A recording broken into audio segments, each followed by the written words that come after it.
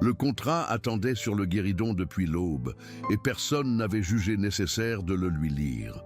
Il y avait une clause à la 3e page, tracée d'une main qui n'était pas celle du notaire, et cette clause changeait tout. Mais nul dans la pièce ne le savait encore, sauf un homme debout près de la fenêtre qui avait choisi de se taire. Il y avait 3000 livres écrites en toutes lettres sur la première ligne, et une signature manquante au bas de la page. Et il y avait une femme de 22 ans qui montait déjà, en pensée, plier ses quelques robes, parce qu'elle avait appris depuis longtemps que les décisions se prenaient sans elle, et qu'il valait mieux être prête à partir. Ce fut la tante qui rompit le silence, un mardi de novembre, en repliant ses gants comme on referme un compte. 3000 livres, dit-elle, et une signature au bas de la page. Elle ne regardait pas sa nièce. Elle regardait l'homme près de la fenêtre, celui qu'on nommait à demi-voix dans les salons de la rue de Varennes, le duc de Rochebrune, veuf depuis 2 hivers, qui n'avait pas encore prononcé un seul mot depuis qu'on l'avait fait entrer. Il se tenait de profil, la lumière grise de novembre coulant sur son épaule, avec l'expression de quelqu'un qui écoute une conversation dont il connaît déjà la fin et attend seulement qu'elle arrive. Novembre 1816. Paris, un hôtel de la rue de Varennes aux dorures fatiguées, où le papier peint se décollait par le haut dans les angles et où l'on chauffait une pièce sur 3. Et, très loin, en Touraine, un château dont on ne parlait qu'à demi-mot, avec ses toits d'ardoise et sa longue allée de tilleuls, un domaine que la rumeur disait beau et froid, comme son maître. Hélène Vasseur avait 22 ans. Les mains sèches, à force de plier le linge des autres, et cette manière tranquille de baisser les yeux qui passaient, chez ceux qui ne la connaissaient pas, pour de la docilité. Elle portait une robe du matin d'un gris sans conviction, reprisée à l'ourlet avec un soin que personne ne remarquait, et elle avait, ce matin-là, le calme précis d'une femme qui a déjà tout perdu une fois et sait exactement combien de temps cela prend. Elle savait lire pourtant. On l'oubliait toujours. Elle avait lu la veille au soir, par-dessus l'épaule d'une servante qui pliait des draps dans l'office, le mot « vendu » qui ne figurait sur aucun feuillet et qui était partout dans la maison, dans la façon dont sa tante évitait ses yeux, dans la façon dont on avait sorti le service de porcelaine qu'on ne sortait que pour les affaires sérieuses. Sa tante Mathilde l'avait recueillie par charité, disait-on dans les salons. Sa tante la cédait aujourd'hui par économie, ce qui revenait au même geste, à peine plus honnête. « Signez donc, ma nièce, » dit Mathilde. « Monsieur le duc n'a pas la matinée. » Hélène s'avança vers le guéridon. Le parquet craquait au 3e pas, toujours au 3e. Elle l'avait appris en 6 mois de service dans cette maison qui n'était pas la sienne. Elle posa la main sur le feuillet. L'encre de la première page était sèche depuis longtemps. On avait tout préparé avant qu'elle ne descende. Ce fut alors que le duc parla, et sa voix, basse, sans emphase, ne s'adressait pas à la tante. « Il y a une clause, mademoiselle, à la 3e page. Je crois qu'on a omis de vous la lire. » Mathilde pâlit d'un coup, comme si quelqu'un avait retiré une chaise sous elle. Hélène tourna le feuillet. La clause était brève, tracée d'une main ferme qui n'était pas celle du notaire, une main qui appuyait sur les jambages. La somme convenue ne reviendrait pas à la tante, mais serait placée au nom d'Hélène Vasseur, inaliénable, sa vie durant, quoi qu'il advint du mariage, qu'il dura 1 an ou 30, qu'il finit par la mort, la séparation ou le mépris. Il avait tout prévu, la fuite, le veuvage, le mépris. Il avait tout écrit d'avance et il n'avait rien dit, parce qu'un homme qui annonce sa bonté la change en dette, et qu'une dette, il le savait, pèse plus lourd qu'une chaîne. Elle releva les yeux. Le duc regardait la fenêtre, le jardin en contrebas où 2 merles se disputaient de quelque chose sur la pierre humide, comme si l'affaire ne le concernait déjà plus. « Vous auriez pu m'acheter pour rien, » dit-elle enfin. « Personne ne l'aurait su. »« Moi je l'aurais su, » répondit-il. Ce n'était pas une déclaration, c'était un fait posé sur la table entre eux comme le contrat lui-même, ni plus ni moins lourd. La tante parlait encore, de convenance, de reconnaissance, de la chance inouïe qu'avait cette petite qui n'avait rien et à qui l'on offrait un nom. Hélène ne l'entendait plus. Elle prit la plume, la trempa l'essuya contre le bord de l'encrier d'un geste net et signa d'une écriture claire, sans tremblement, une écriture qui montait un peu à droite comme celle des gens qui ont appris seuls. Puis elle sabla l'encre et regarda le sable glisser sur les lettres avec le calme d'une femme qui vient enfin de solder un compte très ancien. Puis, parce qu'il fallait bien commencer quelque part, elle monta plier elle-même ses quelques robes. Dites-moi dans les commentaires d'où vous écoutez cette histoire. La ville, l'heure qu'il est chez vous. Je les lis, tous. Et si ces histoires de ducs et de femmes qui apprennent à respirer plus lentement vous accompagnent le soir, laissez votre abonnement ici, c'est ma manière silencieuse de savoir que vous êtes revenu. Ceci est une œuvre de fiction, dans la France du 19e siècle, finissant à peine sa restauration. Les personnages, les noms et les situations sont entièrement imaginaires, et toute ressemblance avec des personnes ou des faits réels ne serait que pure coïncidence. Elle ne possédait pas grand-chose. 3 robes, dont une de deuil qu'elle n'avait jamais quittée tout à fait depuis la mort de sa mère, 4 ans plus tôt. Un châle, une paire de gants qu'elle avait retournés elle-même pour cacher l'usure des doigts. Un petit paquet de lettres nouées d'un ruban qui avait été bleu. Et cousu dans la doublure de son corsage, à l'endroit du cœur, un objet plat et dur qu'elle n'avait montré à personne depuis 4 ans et dont il sera question plus tard, parce que c'est ainsi que fonctionnent les choses qu'on garde contre soi. Elle plia tout cela dans une malle qui avait connu 2 autres maisons avant celle-ci. Par la fenêtre de la mansarde, elle voyait le toit gris de l'hôtel voisin et, plus loin, la flèche d'une église que la brume mangeait par le bas. Elle avait 22 ans et elle allait ce jour-là entrer dans une voiture avec un homme qu'elle avait rencontré 1 heure plus tôt pour aller vivre dans un château qu'elle n'avait jamais vu, sous un nom qui n'était pas le sien. Elle n'avait pas peur. C'était cela peut-être, le plus étrange, et elle y songeait en tassant le châle dans un coin de la malle. Elle aurait dû avoir peur. Une autre aurait pleuré, se serait débattue, aurait supplié qu'on la laissât. Mais Hélène avait passé 4 ans à mesurer très exactement ce qu'on pouvait lui prendre, et elle avait fini par comprendre qu'on ne pouvait pas lui prendre ce qu'elle avait déjà cessé d'attendre. En bas, dans le vestibule, la tante donnait des ordres à une voix trop haute. Le duc attendait près de la porte, son chapeau à la main, avec l'expression de quelqu'un qui a l'habitude d'attendre et n'y trouve rien de désagréable. Quand Hélène descendit, sa malle portée par un domestique derrière elle, il ne dit rien. Il ouvrit la portière lui-même, ce qui n'était pas son office, et s'effaça pour la laisser monter. « Le trajet est long, dit-il seulement. Nous coucherons à Orléans. » Elle monta. La voiture sentait le cuir froid et un fond de tabac ancien. Sur la banquette d'en face, il y avait un livre posé de travers, comme si on l'avait lu et reposé à la hâte, et un plaid replié. Il monta après elle, referma la portière et donna 2 coups au plafond du bout de sa canne. La tante était sortie sur le perron. Elle agitait un mouchoir avec l'expression de quelqu'un qui veut être vu en train de faire un adieu. Hélène ne lui rendit pas son geste. Elle regardait droit devant, du côté opposé, du côté de la vitre où défilait déjà la grille de l'hôtel, et elle pensa, sans amertume, comme on constate le temps qu'il fait. Voilà, c'est fini. Cette maison-là aussi. La voiture s'ébranla. Le pavé de la rue de Varennes fit trembler les vitres, puis les faubourgs, puis la route s'ouvrit et la ville tomba derrière eux, comme une chose qu'on referme.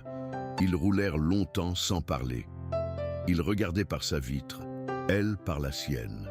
De temps en temps, la roue mordait une ornière et les jetait l'un vers l'autre d'un demi-pouce, et chaque fois, ils se rétablissaient sans se toucher, avec la coordination silencieuse de 2 étrangers qui partagent un banc d'église. Ce fut lui qui parla le premier, à la sortie d'un village dont elle ne retint pas le nom.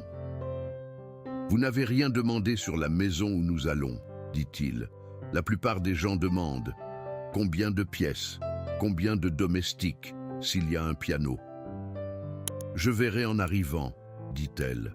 Il eut du côté de la bouche un mouvement qui n'était pas un sourire, mais qui en avait l'os. Il n'insista pas. Il reprit son livre, le rouvrit à une page marquée d'un brin de laine, et lut, ou fit semblant de lire, jusqu'à ce que la lumière tombe. C'était le tout début. Elle ne le savait pas encore, mais elle venait d'entrer dans la seule maison, de toutes celles qu'elle avait connues, où l'on n'allait pas lui reprendre quelque chose. Il faudrait des mois pour qu'elle le croie. Il faudrait cette clause qu'elle relirait en secret, un soir de janvier, à la lumière d'une chandelle, pour être bien sûre d'avoir compris. Le château de Rochebrune se dressa au bout d'une allée de tilleuls dépouillés, le lendemain comme le soir tombait. Il était plus grand qu'elle ne l'avait imaginé et plus silencieux.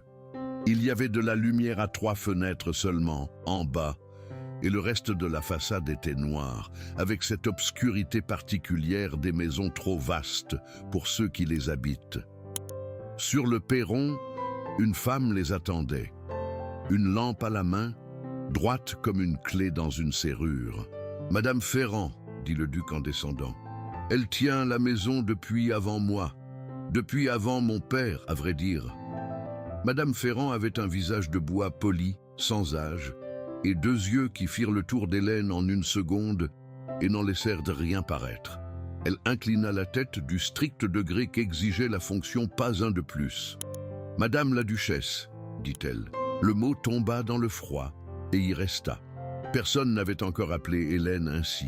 Elle le reçut comme on reçoit un vêtement d'une taille qu'on n'a pas, et elle comprit, à cet instant précis, sur ce perron battu par un vent qui sentait la terre mouillée et la fumée de bois, que ce nom-là serait le plus difficile à porter de tous ceux qu'on lui avait donnés.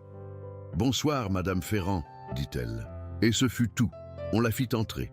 Le vestibule était dallé de pierre, avec un escalier de chêne dont la rampe tournait 2 fois, et une main d'homme sur 3 générations avait usé le bois du 3e pilastre jusqu'à le rendre clair et lisse comme de l'os. Elle y posa la main sans le vouloir en montant et la trouva tiède, presque vivante, et cette petite chose la retint une seconde. Elle ne sut pas pourquoi. On lui donna une chambre au premier, du côté du levant, qui donnait sur le jardin en contrebas, un jardin dessiné autrefois au cordeau, avec des ifs taillés qui commençaient à perdre leur forme, et, tout au fond, une longue verrière basse dont les vitres accrochaient les dernières lueurs du jour. Une serre. Elle la remarqua sans y penser, comme on remarque un détail dans une pièce où l'on vient d'entrer, et elle l'oublia aussitôt. Retenez-la pourtant. Cette serre reviendra. Sa chambre était propre, chauffée, sans excès. Il y avait un lit à colonnes, un secrétaire, un fauteuil près de la cheminée, et, sur la table de nuit, un carafon d'eau et un verre, et un petit bouquet de branches de houx que quelqu'un avait posé là, et dont personne ne s'accusa jamais. La porte qui séparait sa chambre de celle du duc était fermée. Elle le vérifia du regard, une fois, et n'y revint pas. On ne la lui ouvrirait pas cette nuit-là, ni la suivante. Elle le comprit à quelque chose dans la maison, dans la manière dont Madame Ferrand avait dit « la chambre de Madame » et non « la chambre des maîtres ». Et elle en éprouva un soulagement qu'elle n'osa pas nommer. Ce fut ainsi que commença sa vie au château de Rochebrune. Recommençons donc, puisqu'il faut recommencer quelque part. Les premiers jours furent des jours d'apprentissage silencieux. Hélène apprit la maison comme on apprend une langue étrangère, par les bruits d'abord, le pas lourd de Madame Ferrand dans le couloir du matin, le raclement de la grille du potager qu'un vieux jardinier nommé Prosper ouvrait à 7 heures, le tintement grêle de la pendule du salon qui retardait de 4 minutes et que personne ne réglait, par respect, disait-on, pour le père du duc qui l'avait aimé ainsi. Elle apprit où le parquet criait, où le vent passait sous les portes, à quelle heure le soleil entrait dans quelle pièce. Elle apprit que la bibliothèque, au bout de l'aile ouest, était la seule pièce où l'on faisait du feu tout le jour, parce que c'était là que le duc se tenait. Elle le voyait peu. Au dîner, chaque soir, dans une salle à manger trop grande, où 2 couverts se faisaient face à une distance qui interdisait la conversation ordinaire et obligeait, s'il parlait, à parler pour de bon. Il ne parlait de guerre.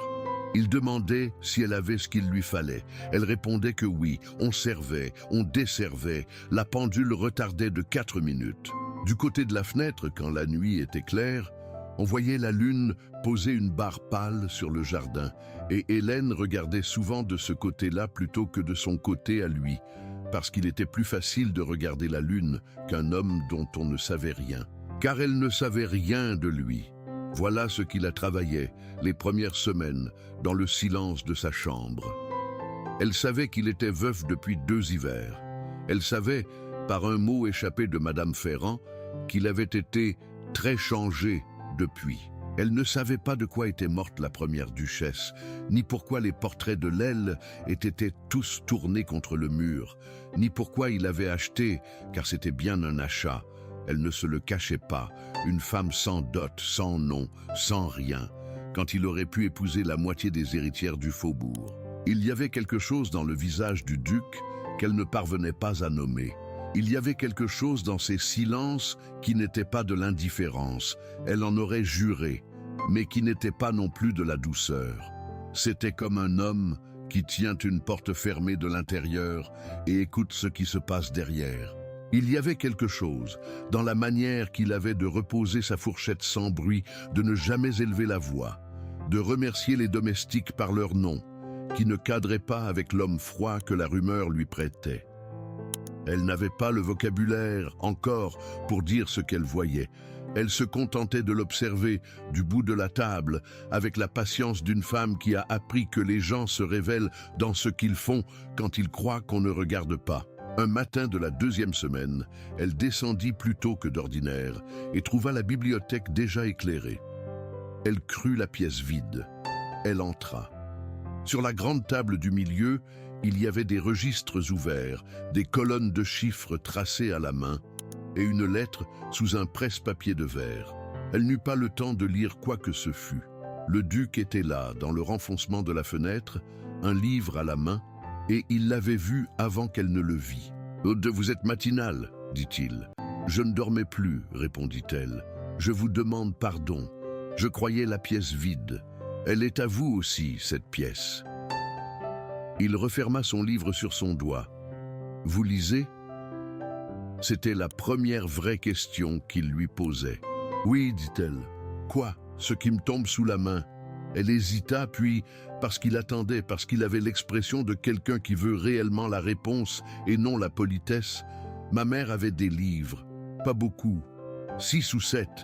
Je les ai lus si souvent que je les sais par cœur. Après, il a fallu les vendre. » Il ne dit rien pendant un moment.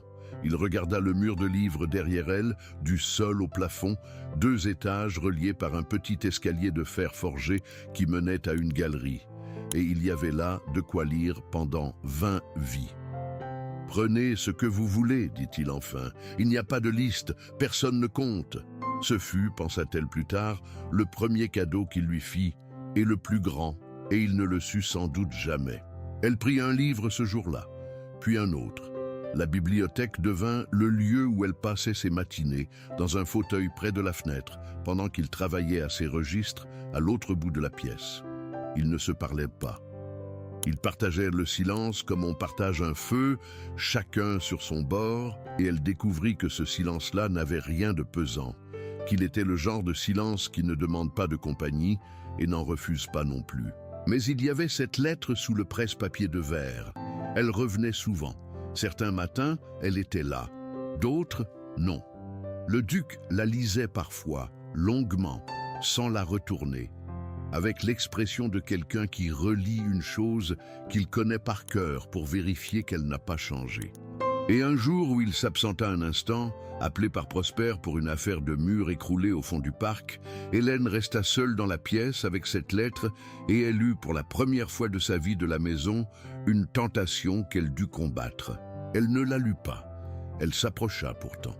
Elle vit, sous le verre, une écriture de femme penchée, rapide, et le début d'une ligne. « Si tu lis ceci, c'est que je n'ai pas eu le courage de te le dire en face. » Puis elle s'écarta, le cœur battant d'une chose qui n'était pas la curiosité, mais quelque chose de plus grave, et elle retourna à son fauteuil et ne toucha à rien. Mais elle n'oublia pas la phrase « Si tu lis ceci, c'est que je n'ai pas eu le courage. » Elle la garda comme on garde une pièce dont on ne sait pas encore de quelle serrure elle est la clé. Le froid s'installa. Décembre couvrit le jardin de gel, puis d'une première neige qui tint 3 jours. Hélène s'habitua à la maison, et la maison, lentement, à elle. Madame Ferrand ne s'adoucit pas, elle n'était pas femme à s'adoucir, mais elle cessa de la regarder comme une intruse et commença de la traiter comme une charge, ce qui, chez elle, était une forme d'acceptation. Le vieux Prosper, lui, l'adopta tout de suite à sa manière bougonne, parce qu'elle lui demanda un matin le nom des arbres du parc et qu'il n'y avait pas eu, depuis la mort de la vieille duchesse, la mère du duc, une seule personne dans cette maison pour s'intéresser à ces arbres. Le grand, là, c'est un cèdre, dit-il, planté par le grand-père de monsieur le duc, et la serre, au fond, c'est la vieille dame qui l'a fait bâtir. Elle y faisait pousser des choses qui n'ont pas leur place chez nous, des citronniers, des fleurs de pays chauds. Il n'y a plus que moi pour la chauffer l'hiver, mais je la chauffe. Ordre de monsieur. Il y tient ? Demanda Hélène. Il n'y va jamais, dit Prosper. Et il ajouta, en se remettant à bêcher, « Mais il a dit de la chauffer, alors je la chauffe. » Elle nota cela aussi. Un homme qui chauffe à grands frais une serre où il ne met jamais les pieds. Elle rangea la chose avec la lettre, avec la phrase, avec le nom qu'elle portait mal, dans le coin de son esprit où elle mettait tout ce qui, dans cette maison, ne s'expliquait pas encore. Ce fut vers la mi-décembre qu'arriva la première visite, et avec elle, le premier trouble. Un après-midi de neige, une voiture remonta l'allée des Tilleuls. Hélène, de la fenêtre de la bibliothèque, la vit s'arrêter devant le perron et en descendre une femme enveloppée de fourrure sombre, jeune encore, avec ce port de tête des personnes qui ont toujours su qu'on les regardait. Madame Ferrand, dans le vestibule, prononça un nom d'une voix qui avait changé de température. Madame de Vireuil. Le duc était dans la bibliothèque. Il leva les yeux de ses registres et Hélène, qui l'observait, vit quelque chose passer sur son visage, non pas de la contrariété, non pas du plaisir, mais quelque chose de plus lent, comme un homme qui range une pièce avant d'ouvrir la porte à quelqu'un. « C'est ma cousine, dit-il en se levant, par alliance. Elle était fort liée avec ma première femme. » Il ne dit rien de plus, mais il y avait, dans la manière dont il posa ces mots, fort lié avec ma première femme, un poids que Hélène ne sut pas mesurer sur le moment et qui plus tard prendrait tout son sens. Madame de Vireuil entra dans la bibliothèque comme on entre chez soi. Elle embrassa le duc sur les deux joues, lui reprocha en riant de s'être terré à la campagne comme un ours, et ne remarqua Hélène qu'au bout d'un long moment, avec une lenteur qui était une insolence. « Ah !» dit-elle, « la nouvelle duchesse. » Elle la détailla du chapeau à l'ourlet, s'arrêtant une fraction de seconde de trop sur l'ourlet reprisé. « On m'en avait parlé. On ne m'avait pas dit qu'elle était si discrète. »« Madame, » dit Hélène, en inclinant la tête juste ce qu'il fallait. Il y eut, dans le regard de Madame de Vireuil, quelque chose de rapide et de froid, l'évaluation d'une femme par une autre, le calcul instantané de ce qu'on peut et de ce qu'on ne peut pas. Puis elle sourit, d'un sourire tout en surface, et se détourna vers le duc comme si Hélène avait cessé d'exister. « Il faut que vous reveniez à Paris, mon cousin. La saison a commencé. On vous réclame. On dit des choses. » « On dit toujours des choses, » répondit le duc. « On dit, poursuivit-elle en ôtant ses gants avec une lenteur étudiée, que vous vous êtes remarié dans des conditions... Enfin, vous savez comme les gens sont. »« Je sais comme les gens sont, » dit le duc. Il ne dit rien d'autre.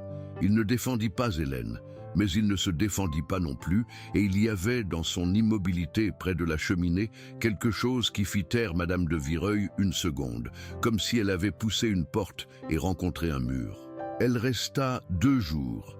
2 jours pendant lesquels Hélène apprit ce qu'était vraiment le mépris, non pas le mépris brutal de sa tante, qui au moins était franc, mais le mépris élégant, celui qui passe par une inflexion de voix, un silence qu'on laisse traîner un peu trop, une question sur la famille qu'on pose en sachant qu'il n'y a pas de famille. Madame de Vireuil était une virtuose de cet art-là. À table, elle parlait de gens qu'Hélène ne connaissait pas, de lieux où elle n'était jamais allée, avec une insistance qui n'avait qu'un but, dessiner autour d'Hélène. Un cercle où elle n'entrerait pas. Hélène ne réagit pas. Elle ne rougit pas, ne se troubla pas, ne chercha pas à prouver qu'elle savait de quoi l'on parlait. Elle écoutait, Elle passait le sel quand on le demandait, elle tournait le visage d'un demi-degré vers la fenêtre quand la pique était trop directe. Et elle avait, à ces moments-là, quelque chose au coin de la bouche qui était la retenue précise d'un sourire, la contenance d'une femme qui a décidé une fois pour toutes qu'on ne lui volerait pas jusqu'à son calme. Le duc, lui, observait. Hélène le surprit 2 fois à la regarder, non pas Madame de Vireuil, elle, à la regarder recevoir le mépris s'emplier avec l'expression de quelqu'un qui vérifie une chose qu'il pressentait et la trouve confirmée. Il ne dit rien. Mais le second soir, comme Madame de Vireuil s'était retirée, il resta un instant à la table, à faire tourner le pied de son verre entre 2 doigts. « Ma cousine, dit-il, a une manière de parler qui blesse. Elle ne s'en rend pas toujours compte. Elle s'en rend très bien compte, dit Hélène. » Il leva les yeux. Ce fut la première fois qu'elle osa le contredire, et elle vit dans son regard, non pas de la colère, mais quelque chose qui ressemblait à un début d'estime. « Oui, dit-il après un silence, vous avez raison. Elle s'en rend très bien compte. Ce fut tout. Mais quelque chose, ce soir-là, s'était déplacé d'1 pouce entre eux, et Hélène le sentit en remontant dans sa chambre, la main sur la rampe usée, au 3e pilastre lisse comme de l'os. Madame de Vireuil repartit le lendemain. Avant de monter en voiture, elle prit Hélène à part dans le vestibule sous prétexte d'un adieu affectueux et lui dit, à voix basse, avec un sourire de velours, « Ne vous attachez pas trop à cette maison, ma chère. Les duchesses de Rochebrune n'y font pas de vieux os. » Puis elle monta dans sa voiture et s'en fut, laissant derrière elle cette phrase comme on laisse une aiguille dans un vêtement, pour qu'on la retrouve plus tard, au mauvais moment. Les duchesses de Rochebrune n'y font pas de vieux os. Hélène remonta l'escalier avec ces mots dans la poitrine. Elle pensa à la première femme du duc, morte depuis 2 hivers, dont on ne parlait qu'à demi-voix, dont les portraits étaient tournés contre le mur, dont la lettre sous le presse-papier commençait par « Si tu lis ceci, c'est que je n'ai pas eu le courage ». Et pour la première fois, dans cette maison où elle s'était sentie, malgré tout en sécurité, un froid la prit qui n'était pas celui de décembre. De quoi la première duchesse était-elle morte? Que taisait-on? Que voulait dire Madame de Vireuil? Et pourquoi cet homme, qui avait eu la délicatesse inouïe d'écrire une clause pour la protéger d'un mariage dont personne ne l'avait cru digne, gardait-il sur cette mort un silence si épais? Elle se coucha ce soir-là sans trouver le sommeil. Elle entendait, par instants, à travers la porte fermée qui séparait sa chambre de celle du duc, le bruit d'un pas qui allait et venait, longtemps, très tard, comme celui d'un homme qui, lui non plus, ne dormait pas. Les jours qui suivirent le départ de Madame de Vireuil furent d'une douceur trouble. Le duc parlait davantage. Non pas beaucoup, mais il s'arrêtait le matin en passant devant son fauteuil dans la bibliothèque pour lui demander ce qu'elle lisait. Et parfois il restait appuyé à la table à commenter un passage, et Hélène découvrait, à travers ses bribes, un homme qui avait beaucoup lu, beaucoup pensé et beaucoup renoncé. Car c'était cela, à la fin, qu'elle lisait sur son visage, et qu'elle n'avait pas su nommer les premiers jours, le renoncement. Non pas le froid, non pas la dureté, un homme qui s'était retiré de quelque chose, qui avait fermé une porte sur une pièce de lui-même, et qui vivait dans les pièces restantes avec une politesse parfaite et une absence au fond des yeux. Un après-midi de la fin décembre, comme la neige tenait de nouveau, elle osa. Ils étaient dans la bibliothèque. Le feu craquait. Elle referma son livre et dit, du côté de la fenêtre, sans le regarder, parce qu'il était plus facile de poser la question à la vitre. Comment était-elle? Il ne demanda pas de qui elle parlait. Il resta un long moment silencieux, et ce silence-là, elle l'avait déjà appris, n'était pas un refus, mais un travail, la lente remontée d'une chose enfouie. Elle s'appelait Camille, dit-il enfin. Elle était belle, vive et malheureuse d'une manière que je n'ai pas su voir à temps. Il regardait le feu. Nous nous sommes mariés parce que nos familles le voulaient, et nous avons cru, tous les deux, que cela suffirait. Cela n'a pas suffi. Comment est-elle morte? Demanda Hélène, tout bas. Le duc posa ses mains à plat sur la table et regarda ses mains. Le lac gèle, l'hiver, au fond du parc, dit-il. Pas tout à fait, la glace paraît solide et ne l'est pas. On le sait, dans la maison, on le dit aux enfants. Il s'arrêta. Un matin de janvier, il y a 2 ans, on ne l'a pas trouvé. On l'a cherché tout le jour. C'est Prosper qui l'a trouvé le soir, près du lac. Il ne dit pas « elle s'est noyée », il ne dit pas « c'était un accident », il ne dit pas « ce n'en était pas un ». Il laissa la phrase inachevée, comme le lac lui-même, avec cette surface qui paraît solide et ne l'est pas. Hélène comprit alors la lettre. « Si tu lis ceci, c'est que je n'ai pas eu le courage de te le dire en face. » Elle comprit pourquoi il la relisait.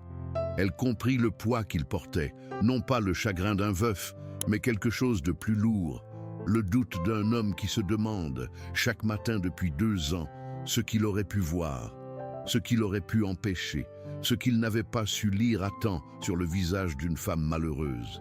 « Ce n'était pas votre faute, » dit-elle. Il tourna la tête vers elle et il y avait dans ce mouvement quelque chose qui se cassait et se recomposait. « Vous ne savez pas ce que c'était, » dit-il. « Vous ne pouvez pas savoir. »« Non, » dit-elle, « mais je sais ce que c'est que de vivre avec une chose qu'on croit avoir mal faite. Et je sais qu'à la fin, on la porte non pas parce qu'elle est vraie, mais parce qu'on n'a personne à qui la donner. » Il la regarda longtemps. Le feu craquait, la neige tombait derrière la vitre sans bruit et le jardin disparaissait par le bas. Il ne répondit pas.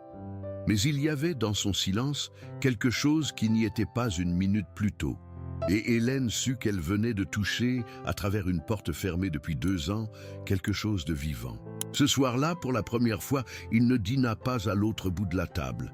Il fit disposer les 2 couverts côte à côte, sans explication. Et Madame Ferrand, en changeant les places, eut un regard rapide qu'Hélène ne sut pas déchiffrer. Ils dînèrent en parlant peu, mais autrement.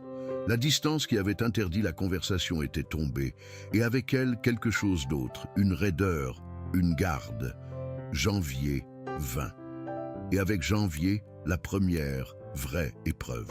Il faut dire ici une chose qu'Hélène a pris par bribes au cours de cet hiver-là, et qui pesait sur le château plus qu'elle ne l'avait d'abord cru.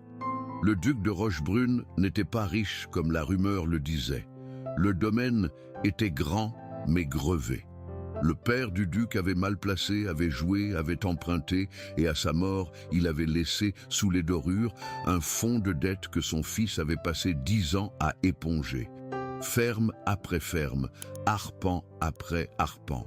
Les registres qu'Hélène le voyait tenir dans la bibliothèque n'étaient pas ceux d'un homme oisif. C'étaient les comptes d'un homme qui se battait, en silence, pour ne pas voir s'effondrer ce qu'on lui avait confié. Et il y avait dans ces comptes une échéance.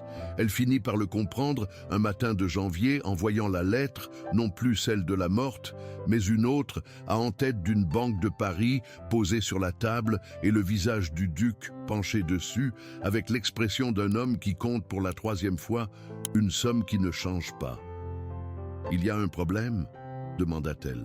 Il faillit répondre non, par habitude, par cette politesse qui tenait les gens à distance. Puis il s'arrêta, et il la regarda, et il choisit de lui dire la vérité, ce qui, chez lui, était une forme d'intimité plus grande qu'aucune autre. « Une créance de mon père, dit-il, vieille de 20 ans. On la croyait éteinte. Elle ne l'était pas. Un homme l'a rachetée, un certain Ferrière, un homme d'affaires de Paris. Et il en réclame le remboursement, avant le printemps. « Combien ?» demanda-t-elle. Il lui dit le chiffre. Ce n'était pas une somme fabuleuse, de celle qu'on prononce pour effrayer. C'était une somme précise, dure, réelle, 4 780 livres et quelques sous, une somme qu'on pouvait compter, qui avait le poids exact d'un désastre ordinaire, et il ne l'avait pas. Il avait mis toutes ses réserves, l'automne précédent, dans la réfection d'une digue et l'achat de bêtes pour les fermes du Nord, parce qu'il fallait bien que le domaine vive, et il se retrouvait, ce janvier-là, devant une échéance qu'il ne pouvait tenir.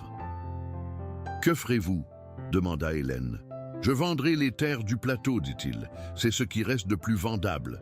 Il dit cela sans emphase, comme on énonce une chose déjà décidée, mais Hélène vit ses mains, à plat sur la table, se contracter légèrement, et elle sut ce que cela lui coûtait. Les terres du plateau étaient les dernières que son grand-père avait achetées. Il l'avait dit un jour en passant. C'était la seule chose de ce domaine qui eût été ajoutée et non héritée. La seule preuve qu'un Rochebrune, une fois, avait construit au lieu de seulement conserver. Elle ne dit rien ce jour-là, mais elle remonta dans sa chambre et elle ferma la porte. Et elle décousit, de la doublure de son corsage à l'endroit du cœur, l'objet plat et dur qu'elle y gardait depuis 4 ans, depuis la mort de sa mère, et qu'elle n'avait montré à personne. C'était une broche, ancienne, lourde, un camé cerné d'or avec autour une rangée de petites pierres qui n'étaient pas du verre. Sa mère la lui avait donnée sur son lit de mort en lui faisant jurer de ne jamais la vendre, quoi qu'il arrivât, parce que c'était, avait-elle dit, la dernière chose qui prouvait qu'elle n'avait pas toujours été pauvre, qu'il y avait eu, avant, une autre vie, un autre nom, une dignité qu'on leur avait prise. Hélène avait juré. Elle avait tenu son serment à travers 4 ans, 3 maisons et une vente d'elle-même à un duc. Elle avait eu faim en la gardant contre elle. Elle ne l'avait jamais dit. Elle la tint longtemps dans sa main ce soir de janvier. Puis, elle l'a remis dans sa doublure. Pas encore, pensa-t-elle, ce n'était pas encore le moment. Mais elle savait désormais qu'il y avait une chose qu'elle pouvait faire, une seule, et que le moment viendrait où elle devrait choisir entre un serment fait à une morte et un homme vivant qui n'avait rien demandé. Le mois de janvier fut long. Le duc partit 2 jours pour Tours, voir un notaire au sujet des terres du plateau. En son absence, la maison sembla plus grande et plus froide, et Hélène comprit, à la mesure de ce vide, combien sa présence, à elle, avait fini par occuper de place dans ses journées à elle. Elle en fut troublée. Elle ne s'était pas donné la permission de s'attacher. Elle avait construit toute sa vie sur le principe qu'on ne s'attache pas à ce qu'on va perdre. Et voilà que ce principe, patiemment, se fendait. Il revint de Tours, le visage fermé. La vente des terres du plateau se ferait, mais mal, et pour moins que leur valeur, parce que l'acheteur, un voisin qui les convoitait depuis 20 ans, savait le duc pressé et pressait à son tour. Ferrières, le créancier, ne cédait rien. Il voulait son argent avant le 1er avril, et il l'aurait à ce prix ou à un autre. Ce fut vers la fin de janvier qu'Hélène comprit que Ferrières n'était pas seule dans cette affaire. Un soir, en passant devant la bibliothèque, elle entendit des voix. Le duc n'attendait personne. Elle s'arrêta, non pour espionner, mais parce que l'une des 2 voix, une voix de femme, lui était connue. C'était Madame de Vireuil. Elle était revenue sans s'annoncer, et elle parlait, dans la bibliothèque, avec le ton bas et pressé de quelqu'un qui croit ne pas être entendu. « Te rends pas compte, disait-elle. Ferrières est de mes amis. Un mot de moi, et cette créance disparaît. Tu n'aurais rien à vendre, tu garderais le plateau, et le reste. Et que voudrais-tu en échange ?» demanda le duc de sa voix égale. « Ce que j'ai toujours voulu, dit Madame de Vireuil, que tu reviennes à toi, que tu cesses cette comédie, cette fille, cette petite couseuse que ta tante t'a vendue. Ce n'est pas une épouse, c'est une pénitence que tu t'infliges. Répudie-la. La clause te coûte de l'argent, soit. Mais l'argent, je te le rends au centuple. Reviens à Paris, reprends ta place. » Et elle s'arrêta. Il y eut un silence. « Et épouse-moi, dit-elle, tout bas, comme cela aurait dû se faire, comme Camille elle-même l'aurait voulu à la fin. » Hélène, dans le couloir, ne bougeait plus. Elle avait le dos contre le mur froid, et elle sentait son propre cœur battre contre la doublure vide où avait été la broche, car elle l'avait décousue, ce matin-là, et l'avait posée sur son secrétaire, encore indécise. Elle comprenait maintenant beaucoup de choses. Elle comprenait le premier voyage de Madame de Vireuil, ses piques, sa phrase d'adieu sur les duchesses qui ne font pas de vieux os. Elle comprenait que cette femme avait aimé le duc, ou voulu le duc depuis longtemps, et qu'elle avait vu dans le veuvage, puis dans ce mariage étrange, tantôt une chance, tantôt un obstacle. Elle comprenait surtout que la ruine du duc n'était peut-être pas tout à fait un hasard, que la main qui avait racheté la vieille créance et celle qui offrait aujourd'hui de l'effacer étaient peut-être plus proches qu'il n'y paraissait. Elle attendit la réponse. Elle attendit, le souffle suspendu, ce que dirait cet homme dont elle avait fini, sans se l'avouer, par attendre quelque chose. « Non », dit le duc. Rien qu'un mot, sans colère, posé sur la table entre eux comme un fait. « Tu préfères te ruiner », dit Madame de Vireuil, et sa voix avait changé, s'était durcie. « Pour elle, je préfère me ruiner », dit le duc, plutôt que de devoir quoi que ce soit à qui parle d'une morte pour arriver à ses fins. Sors de cette maison, Élisabeth, et ne rachète plus mes dettes en croyant racheter autre chose avec. Il y eut un froissement de jupe, des pas vifs. Hélène eut juste le temps de s'écarter dans l'ombre du couloir.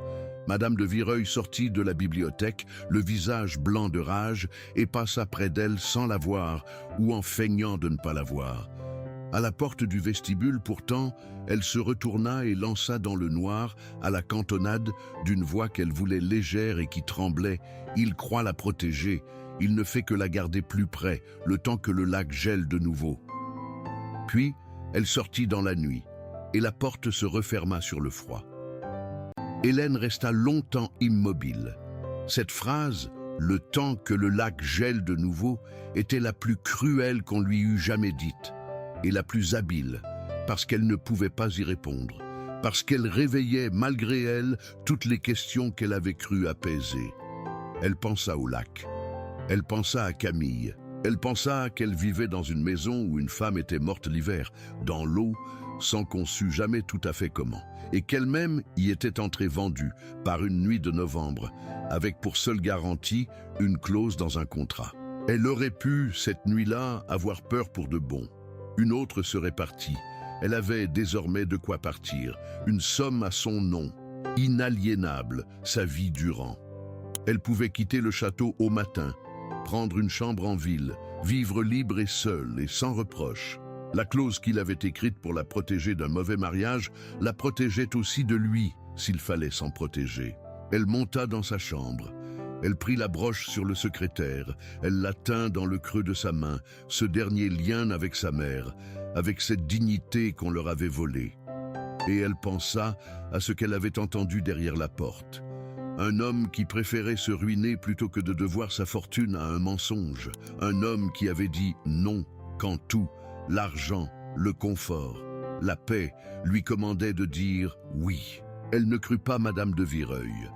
Ce fut cela à la fin sa décision, non pas un raisonnement, mais une certitude, du genre de celle qui monte du fond du corps. Elle avait passé 4 ans à apprendre à lire les gens dans ce qu'ils font quand ils croient qu'on ne regarde pas. Et cet homme-là, quand il croyait qu'on ne regardait pas, chauffait une serre où il n'allait jamais, écrivait des clauses qu'il taisait, relisait la lettre d'une morte pour ne pas oublier ce qu'il aurait dû voir, et disait « non » à la femme qui lui offrait sa ruine effacée. Un homme pareil ne noyait pas les femmes dans les lacs. Un homme pareil se noyait lui-même, lentement, dans le regret de ne pas les avoir sauvés. Elle remit la broche dans sa doublure, et elle prit, cette nuit-là, la seule décision qui compta. Elle resterait. Non parce qu'elle y était vendue, non parce que la clause l'y autorisait, mais parce qu'elle le choisissait. Le lendemain matin, elle descendit tôt à la bibliothèque. Le duc y était déjà, devant ses registres, avec l'expression de quelqu'un qui n'a pas dormi. Elle posa devant lui, sur la table, sans un mot, la broche. Il la regarda. Puis il la regarda, elle. « Qu'est-ce que c'est » demanda-t-il. « C'est ce que j'ai de plus précieux au monde, dit-elle. C'est de ma mère. Elle m'a fait jurer de ne jamais la vendre. J'ai tenu ce serment à travers la faim, à travers 3 maisons, à travers ma propre vente. Je le romps aujourd'hui. Vendez-la. Elle ne couvrira pas tout, mais elle couvrira une part, et vous garderez le plateau. » Il y eut un silence très long. Le feu craquait. Dehors, il gelait, et le jardin était blanc jusqu'à la serre du fond. « Je ne peux pas accepter cela, dit-il enfin. « Je ne vous le donne pas, dit-elle. Je le prête au domaine. Le domaine me le rendra quand il ira mieux. Nous l'écrirons, si vous voulez. Une clause. » Elle esquissa du coin de la bouche quelque chose qui était la contenance précise d'un sourire. Vous savez faire les closes. Il ne rit pas, mais il y eut dans son visage un mouvement qu'elle ne lui avait jamais vu, quelque chose qui se défaisait à un endroit resté noué depuis très longtemps. « Pourquoi ?» demanda-t-il. « Vous pourriez partir. Vous avez de quoi ?» « J'ai fait en sorte que vous ayez de quoi. Vous ne me devez rien. Personne ne vous saurait gré de rester. Pourquoi ?» Et Hélène, du côté de la fenêtre, du côté de la lumière blanche qui montait du jardin gelé, lui répondit par ses propres mots, ceux qu'il avait posés sur la table un matin de novembre. « Moi, je le saurais. » Il ne dit rien. Mais il prit la broche, non pour la garder, mais pour la lui rendre. Il referma les doigts d'Hélène dessus, avec ses deux mains à lui, et il les tint ainsi un instant, les mains d'une femme fermées sur un camé, entre les mains d'un homme. Et ce fut, de toute cette histoire, la première fois qu'ils se touchèrent. « Gardez-la, dit-il. Nous trouverons un autre moyen. Il y a toujours un autre moyen. Vous m'avez appris cela sans le vouloir. Qu'il y a toujours, pour qui refuse de plier, un autre moyen. » Ils le trouvèrent, mais pas seul, et pas sans un dernier orage. Car Madame de Vireuil ne tint pas parole quand elle avait dit qu'elle sortait de cette maison pour n'y plus revenir. Elle revint, pas en personne, mais par le venin, qui voyage mieux. Au début de février, une lettre anonyme circula dans les salons de Tours et de Paris, une de ces lettres qui ne signent rien et disent tout, que le duc de Rochebrune avait épousé, par calcul et par honte, une servante, qu'il l'avait achetée à sa tante, que la première duchesse n'était peut-être pas morte par accident et que la seconde ferait bien de prendre garde. La rumeur, qui aime le sang, s'en empara. Le duc l'apprit par le notaire de Tours, qui la lui rapporta avec des ménagements de circonstances. Il rentra ce soir-là avec, sur le visage, l'expression de quelqu'un qui a reçu un coup qui l'attendait et qui ne le trouve pas moins dur pour l'avoir attendu. « On vous salira par ma faute, dit-il à Hélène, dans la bibliothèque. On dira de vous des choses. Je peux tout supporter qu'on dise de moi. Cela non. »« Qu'on dise, répondit Hélène. Les salons ont sali ma mère avant moi, et elle est morte quand même, et le monde a continué de tourner. Ce que les gens disent n'a jamais rien changé à ce que les gens sont. Mais elle vit que lui, cela le rongeait. Et elle comprit qu'il ne s'agissait plus seulement d'argent, ni de terre, ni même de leur étrange bonheur naissant. Il s'agissait de sortir, une fois pour toutes, de l'ombre où la mort de Camille et le venin de Madame de Vireuil les tenaient tous deux enfermés. Il fallait affronter le monde, non le fuir, et pour l'affronter, il n'y avait qu'un lieu, le monde lui-même. Il y avait chaque année, à la mi-février, un grand bal chez les Cléry à Tours, la première assemblée de la petite saison de province, où se retrouvait tout ce que la région comptait de noblesse. Le duc n'y avait plus paru depuis la mort de Camille. Y aller cette année avec Hélène à son bras, c'était se donner en spectacle. Ne pas y aller, c'était donner raison à la rumeur. « Nous irons, dit Hélène. » Il la regarda. « Vous savez ce que ce sera. Toutes ces femmes, tous ces regards, on vous cherchera la moindre faute. On guettera le moment où vous plierez. Alors je ne plierai pas, dit-elle. Elle n'avait pas de robe. Madame Ferrand, à qui l'on n'avait rien demandé, monta un matin dans la chambre d'Hélène avec, sur les bras, une robe de soie gris-perle, ancienne mais superbe, aux coutures reprises de frais. Elle était à la vieille duchesse, dit-elle, la mère de monsieur, pas à l'autre. Elle appuya sur pas à l'autre, et Hélène comprit que c'était, de la part de cette femme de bois, une manière de la choisir. Elle avait votre taille. C'était une femme de tête. Elle aurait aimé qu'on s'en serve plutôt que de la laisser au mythe. Hélène la remercia.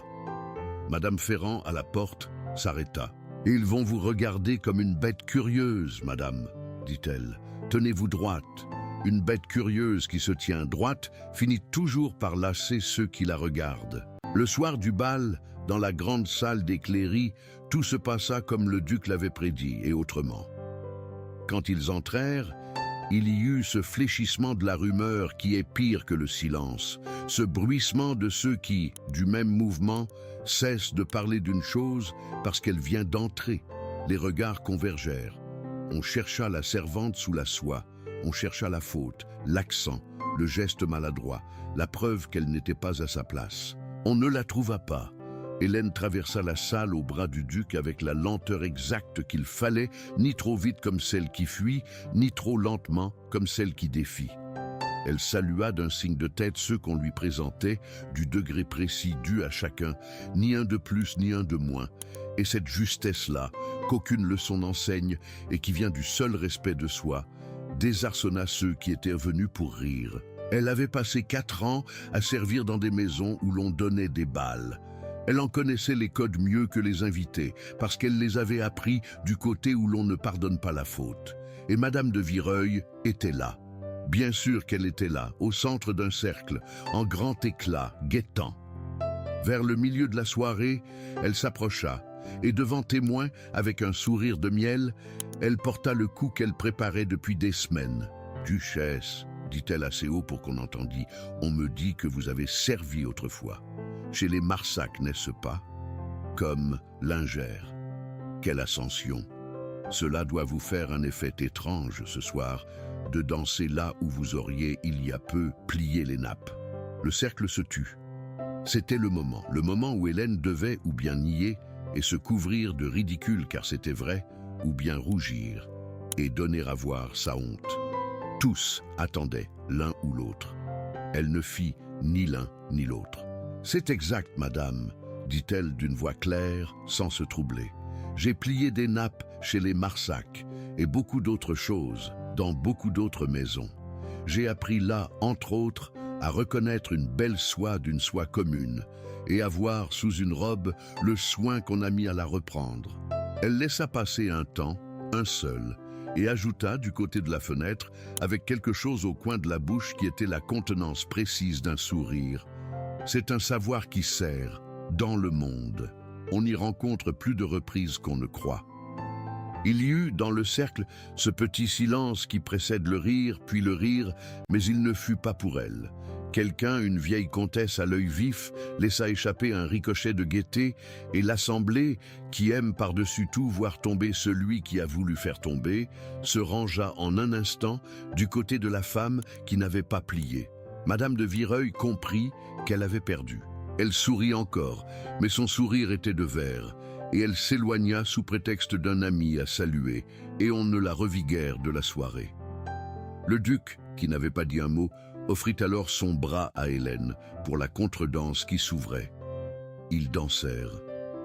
Et quand la danse s'acheva, au lieu de la reconduire, il resta, et l'on remit les couples en place pour une seconde danse, et il ne la lâcha pas.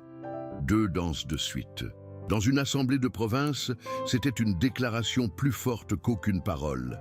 C'était dire, à la face de tous, devant la rumeur, devant Madame de Vireuil, devant les portraits absents de Camille.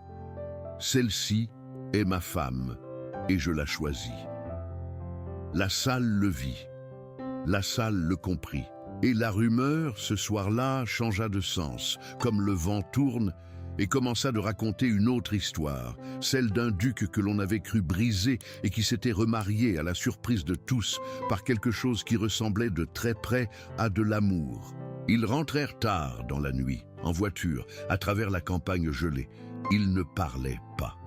Mais à un moment, comme la roue mordait une ornière et les jetait l'un vers l'autre, comme au premier jour, sur la route de Paris, cette fois, ils ne se rétablirent pas chacun de son côté. La main du duc trouva celle d'Hélène dans le noir et la garda, et ils firent tout le reste du chemin ainsi, sans un mot, 2 mains fermées l'une sur l'autre sur la banquette froide, tandis que défilait derrière les vitres un pays blanc et silencieux.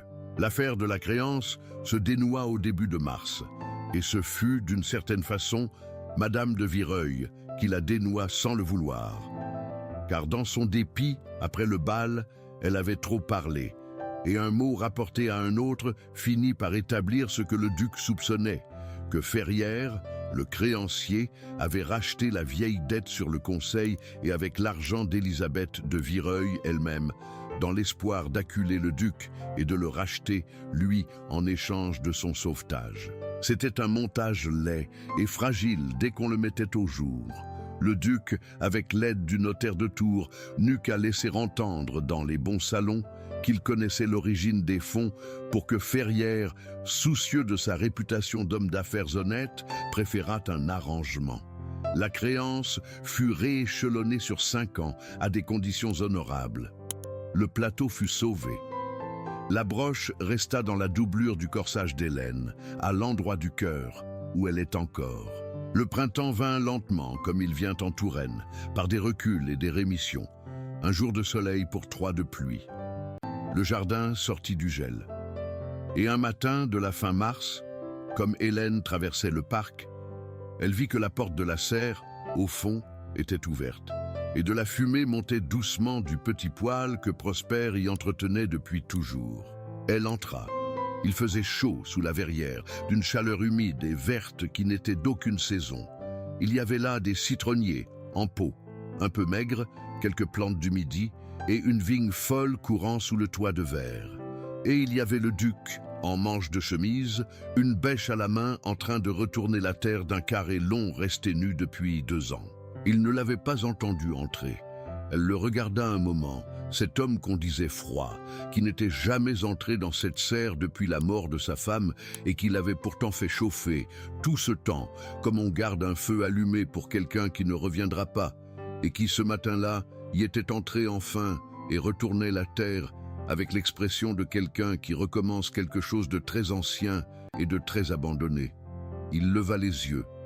La vie ne parut pas surpris. « Ma mère faisait pousser des choses ici, dit-il, des choses qui n'ont pas leur place chez nous, des fleurs de pays chauds. » Il regarda la terre retournée. Personne n'y a rien planté depuis longtemps. « Qu'allez-vous y planter ?» demanda-t-elle. Il ne répondit pas tout de suite. Il posa la bêche, il s'essuya les mains à un linge, puis il dit du côté des vitres, du côté de la lumière verte, sans la regarder, parce qu'il était plus facile pour un homme comme lui de dire les choses vraies de biais. La serre est à 16 degrés toute l'année. Il y fait chaud, même quand tout gèle dehors. Il s'arrêta. Si cela vous plaisait, d'y planter quelque chose. Vous auriez de quoi vous occuper les hivers. Il y a beaucoup d'hivers ici. Ce n'était pas une déclaration, ce n'était pas « je vous aime ». C'était un fait, un chiffre, 16 degrés, une serre chaude quand tout gèle. Un homme qui offrait à la seule femme qu'il eût jamais choisie librement, non pas des mots, mais une terre à retourner et tous les hivers d'une vie pour y faire pousser quelque chose. Hélène comprit. Elle avait appris tout cet hiver à lire cet homme dans ce qu'il faisait plutôt que dans ce qu'il disait, et ce qu'il disait là, sous les mots, était la chose la plus vaste qu'on lui eût jamais offerte. Elle ne se jeta pas dans ses bras. Ce n'était pas leur manière, ni à l'un ni à l'autre. Elle s'avança dans la serre jusqu'au carré de terre nue qu'il avait retourné, et elle regarda la terre brune et fraîche, et elle ôta ses gants, un doigt après l'autre, comme on se prépare à un travail. Puis elle dit, du côté de la terre, avec quelque chose au coin de la bouche qui était enfin, pour de bon, le début d'un sourire. « Alors je serai là au printemps, pour voir ce qui aura levé. » Il la regarda ôter ses gants. Il ne dit rien, mais il ramassa la bêche et il la lui tendit, et leurs mains, une fois de plus, se touchèrent sur le manche de bois. Et cette fois, aucun des deux ne retira la sienne. Dehors, il pleuvait de nouveau. Une petite pluie de mars sur les vitres de la serre. Dedans, il faisait 16 degrés, et chaud, et vert. Elle prit la bêche. Elle se pencha sur la terre, et elle commença, parce qu'il faut bien commencer quelque part, à retourner la première motte. Elle revint à la terre. La pluie continua. Histoire racontée avec un amour paisible. Une lettre sans date arriva, portant un poids que l'automne gardait. Une dette, un nom que la ville craignait, un silence qu'on ne s'expliquait pas. Elle plia sa peur en silence, choisit le chemin que nul n'osait voir. C'est ainsi, sans rien promettre, que 2 étrangers se sont trouvés dans le froid. Lui, l'homme que le monde jugeait perdu. Elle, la femme qui réapprit à croire. Une clause dans un contrat, tracée d'une main que nul n'attendait. Une broche cousue sur le cœur, un serment qu'elle rompit pour aimer. Elle ne demanda rien, il n'annonça rien. Ils se donnèrent sans le dire. C'est ainsi, sous une serre chaude, que 2 hivers se sont mis à fleurir. Lui, l'homme que le monde jugeait perdu. Elle, la femme qui réapprit à croire. Si des histoires comme celle-ci vous accompagnent dans la nuit, laissez un commentaire et un abonnement. C'est ce qui fait qu'on continue de les raconter ici. Ceci est une œuvre de fiction ambientée dans la France du début du 19e siècle. Toute ressemblance avec des personnes ou des événements réels ne serait que pure coïncidence.